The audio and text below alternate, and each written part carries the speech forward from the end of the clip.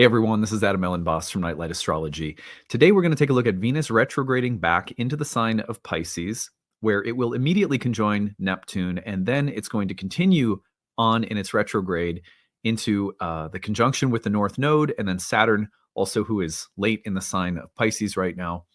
I'm going to talk about this today from the standpoint of a really interesting dream I had, which the dream came as a kind of response to a question that I was pondering about this transit. So that has happened to me rarely around the years of doing this, where there will be a dream that comes up as a question I have about something astrological. But anytime that's happened, I found that it makes really fun content. So for your consideration today, we'll see what you guys think of this, but also some other insights that kind of dovetail off from the dream itself that I hope you'll find interesting about Venus conjoining Neptune in Pisces. So anyway, before we get into it, remember to like and subscribe, share your comments if you have them, or a good story if you have them. Anytime during this very busy season of astrology, you can use the hashtag grabbed and then put the name of the transit in your story in the comments section. Or if you prefer, you can email it to us, grabbed@nightlightastrology.com. Just don't write anything you don't mind us sharing in a storytelling episode.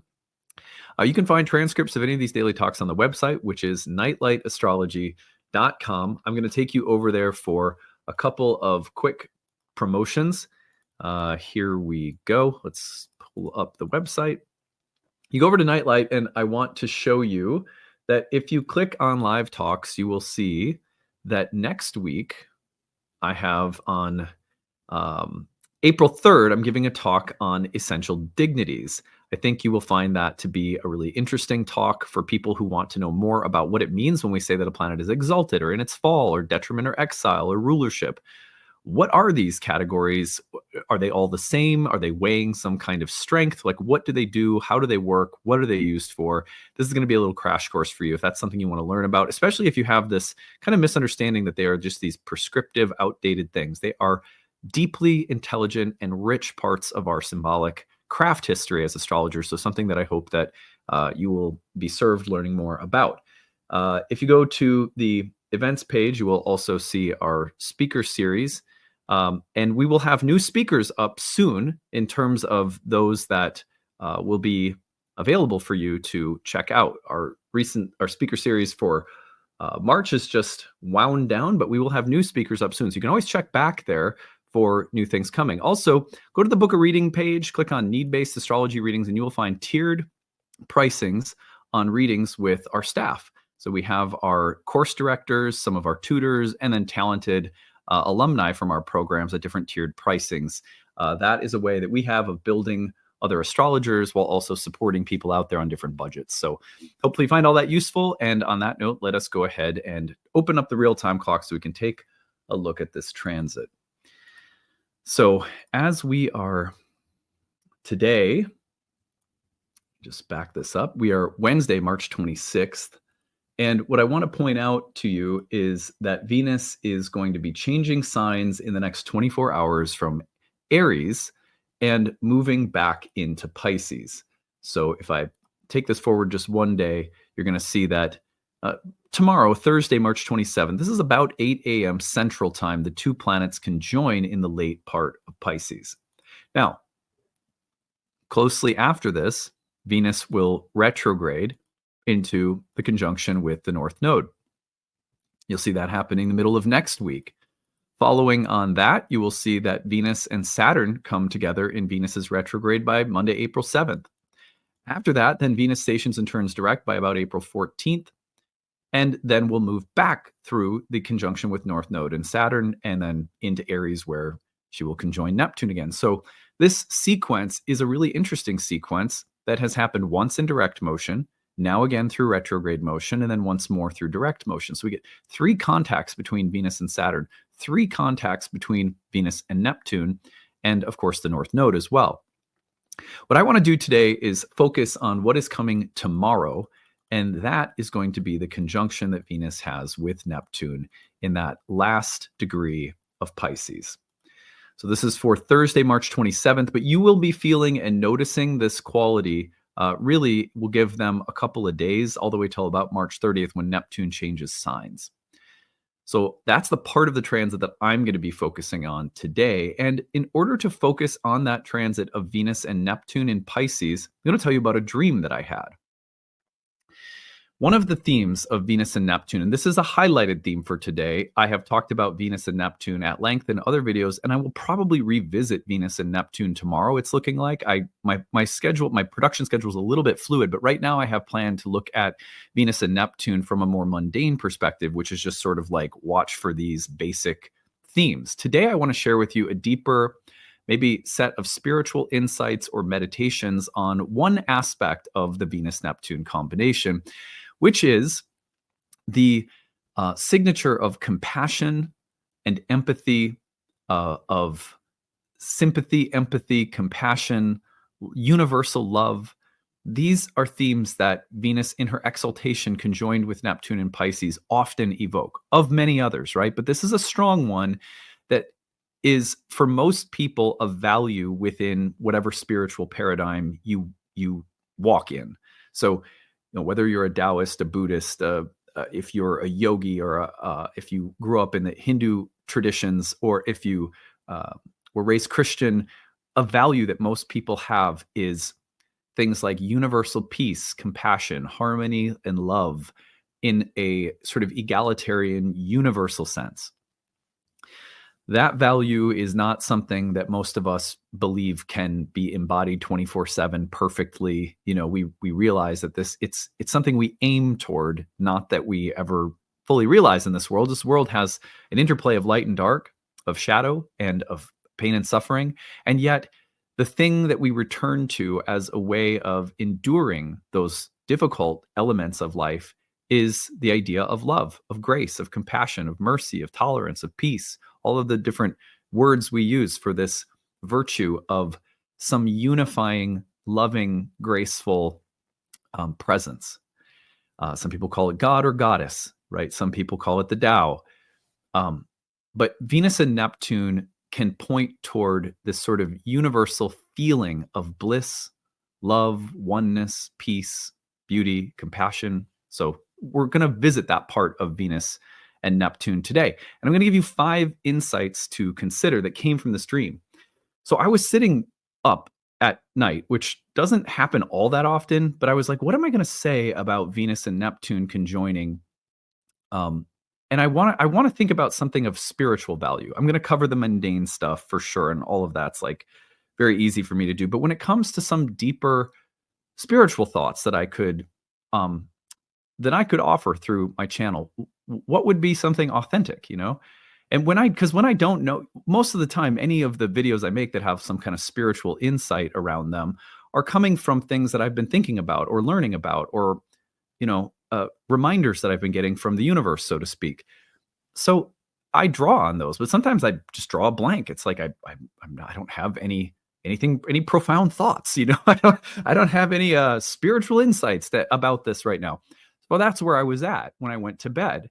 And then I had this dream, which I thought was really profound. I mean, for me, it was profound. And let me just tell you, everything that I'm about to share with you from this dream, I have no idea if it's true or real or how literal to take any of it. I just appreciate the wisdom that came through this dream, wherever it came from or whyever it was there. And I think it's worth sharing. Just because we have dreams doesn't make us like someone who is in receipt of the wisdom of a dream either. It's like, I don't claim to be someone who resembles any of these insights perfectly in my life. Okay. But I aspire to these insights for sure. And these are things that I've heard many times before, but there's something different about hearing something that you've heard before and it clicks into place. You know what I'm talking about? There's a teaching you've heard a million times and intellectually you go, yeah, I believe in that. I like that. That's a truth. But then something happens in your life and it conveys the same message in a way that is deeply embodied. Well, that's sometimes what I feel like dreams can do for us. So what I experienced in this dream, things I've heard before, but it just hit different. I can't explain it. It was like I woke up and it was really alive in me. I was like, wow, that was really profound. So I share all of that just to say that, this may also come across as preaching to the choir because you like me, maybe have heard these ideas before. So let's get into it. Number 1, I was having, so I had in the dream, I'll share the setup of the dream first. In the dream, I experienced something like a bluish and white cloud of lightning. I don't know how else to describe it. It was like bluish white lightning cloud. And it was just like, you know, remember those orbs you put your hands on and the lightning would like extend to your fingers? It was kind of like that, but it was just this kind of thing that was shifting, and it was like blue lightning, blue with the white around it. So anyway, in this dream, it was like just a presence that was there, and it looked like that. And I was very lucid, it became like a lucid dream. And the thing told me to pray for someone in my life.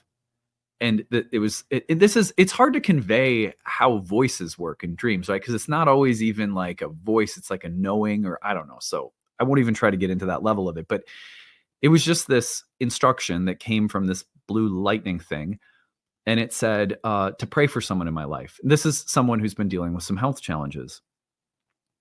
And in the dream, whoever me was, which I also felt like I was observing or watching, said something like, well, if God is perfectly looking out for the welfare of all beings, and everything is like, nothing escapes God's eye or concern, and God is ultimately guiding and directing all souls and all of life everywhere, like, why would I need to pray for this person?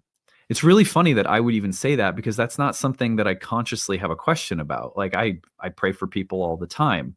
I don't think it's pointless. I don't have any intellectual reason to not believe in praying for people, or that it's beautiful and somehow effective, even though I don't even know how, right? So it was weird that I would ask this question. But anyway, I did. And the angelic blue lightning angel cloud said, sympathy is the medium for mercy. And then I got hung up on the word mercy. Like, I didn't like that word for one reason or another. And the cloud sort of laughed at me and said, you could think of the word grace if you prefer. I was like, okay, that's funny. I don't know. Anyway, so then I understood it. It was like a kind of instantaneous understanding. Sympathy, not like, you know, the sympathy. She, I don't know what this thing was, but it was not conveying sympathy like I feel sympathy for you. Cosmic sympathy is the implication of the word that was being used. I knew that. And I'll just read something. So cosmic sympathy is an ancient idea that is astrological, that states that the entire universe is interconnected, and a change in one region may cause a change in another region, much like a living and breathing organism. And one of the things that ancient astrologers believed was that everything was connected. And so changes in one part of the cosmic animal created ripples and changes in the other parts of the cosmic animal. And so I understood the angel to be saying something about sympathy in the cosmic astrological sense, if you get what I'm saying. And then I thought about, this is in reflection after I had woken up and was like deeply pondering this part of the dream. So there's a couple of other parts I'll tell you about in a minute, but I thought about the word mercy. And one of the etymological meanings of the word mercy also references the word grace. And like pity can be there as well. But it also, mercy can mean reward, wages, pay, hire, favor, pity, kindness, grace. I find that really, really interesting. And also it can refer to something like a discretionary action, like something that you may or may not do or show. Well, that's really fascinating.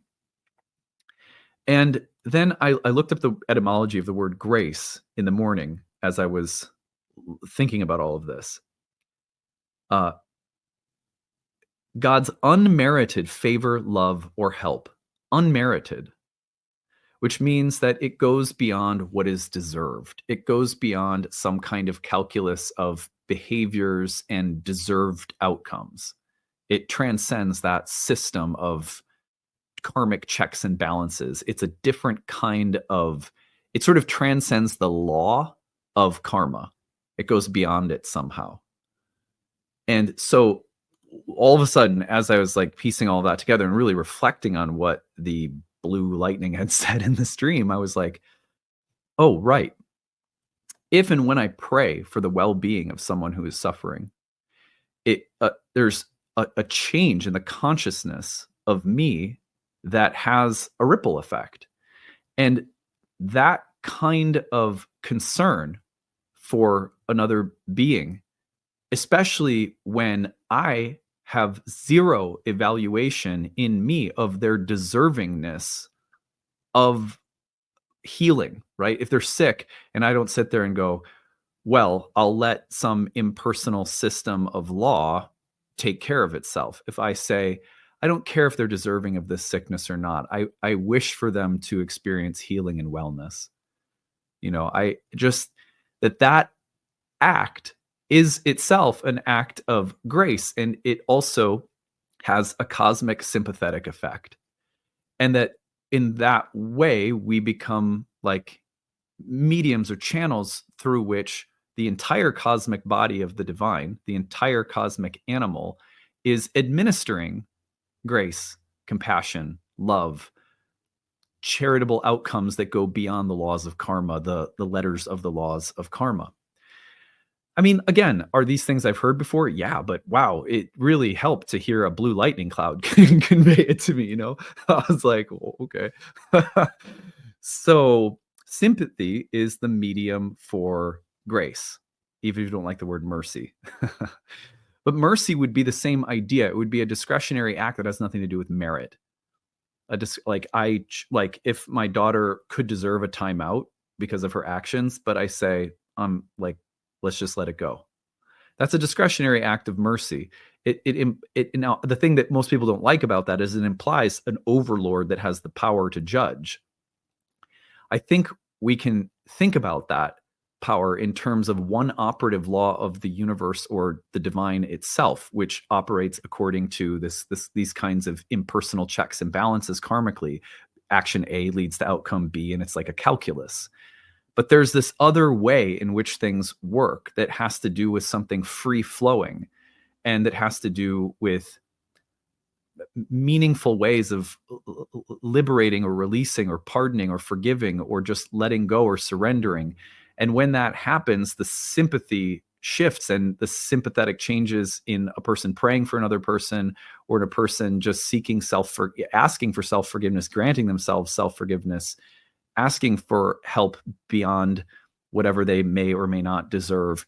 Those actions are themselves already a demonstration of something that goes beyond the administration of merit in a sort of karmic checks and balances, like objective way of thinking. It's just a different way of engaging. And when one part of the cosmic body, so to speak, engages in that sympathetically, it creates the possibility for grace to flow freely through the chain of being. So in that way, I understood it very much like the things I've heard the Dalai Lama, Thich Nhat Hanh talk about. The bodhisattvas embody Jesus Christ, saints, enlightened beings, yogis. There's a major message about grace, that it's like, don't judge not lest you be judged. There's this, and one of the ways that we help people free from the judgment-based system of karma is to forgive and accept and pray for people. By praying, we just mean sending good vibes, sending good thoughts, and letting go of judgments, and just praying that people that we don't like, or that maybe even people that, like the trolls that drive me nuts or something, like we pray for people that might deserve something else. And when we pray for them wholeheartedly in good nature and faith, that some mercy, love, grace, goodness, healing, purity, peace, bliss may come into their lives, it has a real impact, because we're all part of the body of divinity. And so we are part of how that grace flows. That was what I got from this blue angel. Was the lightning cloud blue angel in the dream. Sympathy, cosmic sympathy, the change in my consciousness if I embody grace and forgiveness. And how important is this right now when so much of what we are concerned about is whether or not the people around us are in the right group? Right? Your group is the one I don't like. Your group is the dangerous group. Your group is the one that's going to create, the end of the world, or all of that divisiveness. I know that it might sound pie in the sky to pray for those you oppose or pray for those you feel oppose you. Two things can be true. You can be active politically, ideologically, on behalf of what you believe is true or good for the direction of a business or an organization or a religion or a government or whatever the case might be. You can advocate for those things. You can also do so while actively praying for those that you perceive as bad or dangerous or criminal, and doing both things at once is a radical act in our consciousness, I believe. Actually doing it, not just saying, yeah, I wish well for all people, but actually taking time to meditate and send good thoughts and feelings toward those that you don't like or that are going through something really difficult. And even if you think they ought to be going through it, we release ourselves when we release others in this way. And so that was what I took from this dream. And it hit me very powerfully because I hadn't been praying for someone. And one of the reasons that I hadn't been on an unconscious level is because I thought they'll be like, God's got them. Well, I'm a part of the way in which God has them, right? Part of that comes through, not that I'm God, right? But that I'm part of how that flows through. And that's, if I don't believe that, what am I doing with astrology? It's cosmic sympathy 101. So I thought that was powerful. Now, the reason that I think it conveys well with Venus conjunct Neptune is because Venus conjoined Neptune while Venus is retrograde can allow us to release and forgive and to experience the bliss and happiness that comes when we do that for other people. Because when we do that for other people, we do it for ourselves. Releasing other people is releasing a part of ourselves that we are holding in judgment. Even if that, it's hard to explain. It's like there's this, I learned about this at some point. There's like this part of the part of us that when you give a hug, that the brain can't tell the difference between giving and receiving the hug. When you give some love to another person, affection, your brain can't tell the difference between whether you're giving it or receiving it. I read about that at one point. I thought that was really interesting. The reason that I think it's interesting is because it affirms that idea that when you forgive and pray for others, you inherently are letting go of the muscle of judgment is relaxing. And so we're releasing ourselves on some very mysterious level. All right. That was point number 1. To consider right now, letting go of judgments, letting grace and mercy flow. Releasing where you're holding, especially thinking that your shift in consciousness has a sympathetic effect across the web of being. Number 2, prayers of petition and peace. So the second thing that the blue lightning cloud said to me, which was fantastic. I love this so much. And it's, again, something I've heard many times before. But, like I said, it hits different, when life delivers the same message in a way that's really embodied. And for whatever reason, this dream really hit me hard with it. So this dream, so then the blue lightning angel went on to say, when you pray for yourself, here's how you should pray. Now, again, I don't know. Maybe I've watched too many movies. I don't know, guys. So it said, first, make known in all honesty with all of your emotion present what you desire. When you're making a prayer of petition, it's like, this is what I want. Please give me this. And it could be an outcome of health or healing or happiness or love, or it could be something really cheesy like, I want to get a new car. I don't know. I don't want to limit it, right? To me, the dream was just saying, whatever you go to in prayer, if it's anything you're asking for in prayer, first be just completely honest. Don't mask it. Don't hide it. Don't try to make it into something it isn't. Just ask for what you want. And then following that up, you acknowledge and admit, I do not know what is best for me. I have these wants and desires that are living in me, but I don't necessarily know if having those things would be good for me. And so I pray that whatever the outcome may be with the things I desire, that you would grant me insight and peace and acceptance with the result. So that when the result comes, if it's not what I want, if it is what I want, that it's good for me. And if it isn't what I want, that I would be able to receive some insight and some peace and acceptance about why I didn't get what I wanted. If you pray in this way, you'll always be successful. That was basically the gist of what was communicated. I thought, wow, that is really profound. And here's the reason I say that, because when Venus conjoins Neptune, the desire body can be just so powerful. Venus and Neptune can come through as longings and wishes and hopes and fantasies and romantic idealizations. It is not wrong or bad, as far as I understood what was being conveyed in this dream anyway, to want or desire anything, right? I mean, okay, maybe there's some things that are but even then, I just feel like whatever your darkest, most twisted desire is, at least be honest about it, because it can't be easier being dishonest or contorting it or twisting it further. So just be honest about it. But the second thing was to pray that if it's good for me, great. If it's not good for me, then at least help me find peace, acceptance, and understanding of why this thing I want is not happening. And if you pray that way, you will generally find that you either have gotten what you want and feel good about getting what you want, or you will have not gotten what you want, but you will feel peace and understanding about why you didn't. And I thought maybe that's too simplistic, right? But it also seems to me to be true. Like if I think about that, the Bhakti tradition that I was a part of teaches that. The Christian tradition I grew up in teaches that. And I don't know of one tradition that is not telling us to, sort of live with desires, but also learn to accept when things don't go our way. I say this again because I think that this approach to the transit that we're in right now is probably a helpful one. Number 3, there is a very simple way when Venus retrograde comes into contact with Neptune that we can look into the mirror of what we desire or what we are repulsed by and learn from it. The retrograde offers revision and insight and an opportunity to heal or change directions or chart a new course or revise something.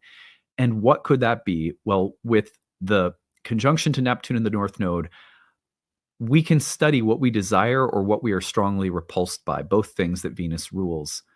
And we can look at them in the kind of caricature of Neptune's impact, because it kind of romanticizes, inflates, and makes very grandiose those desires right now.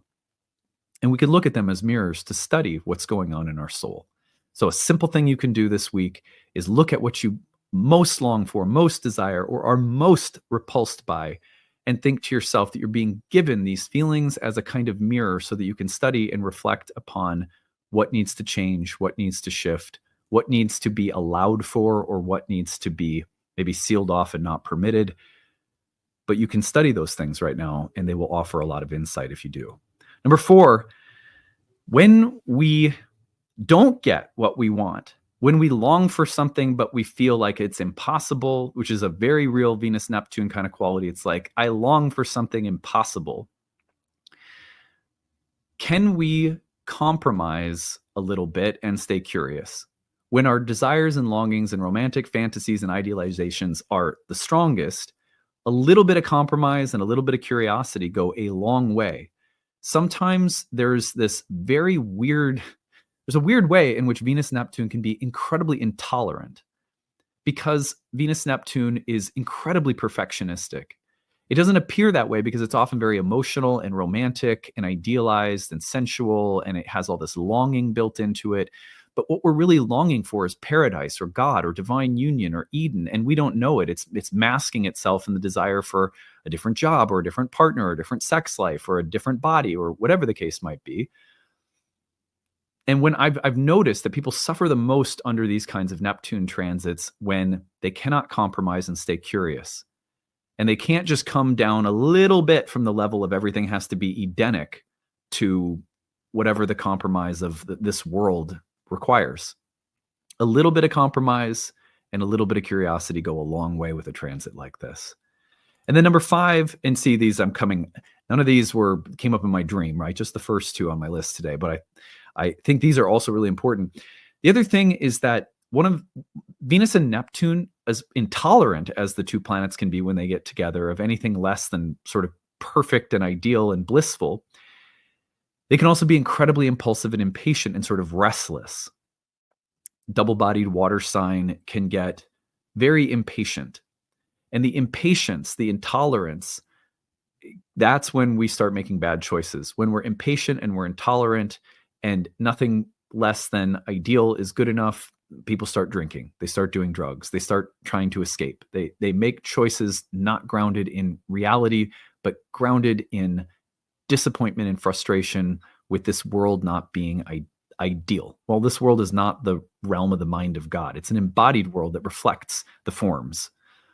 So we have to deal with that all the time. The number one tool that I believe is necessary, aside from, say, compromise and curiosity, would be patience.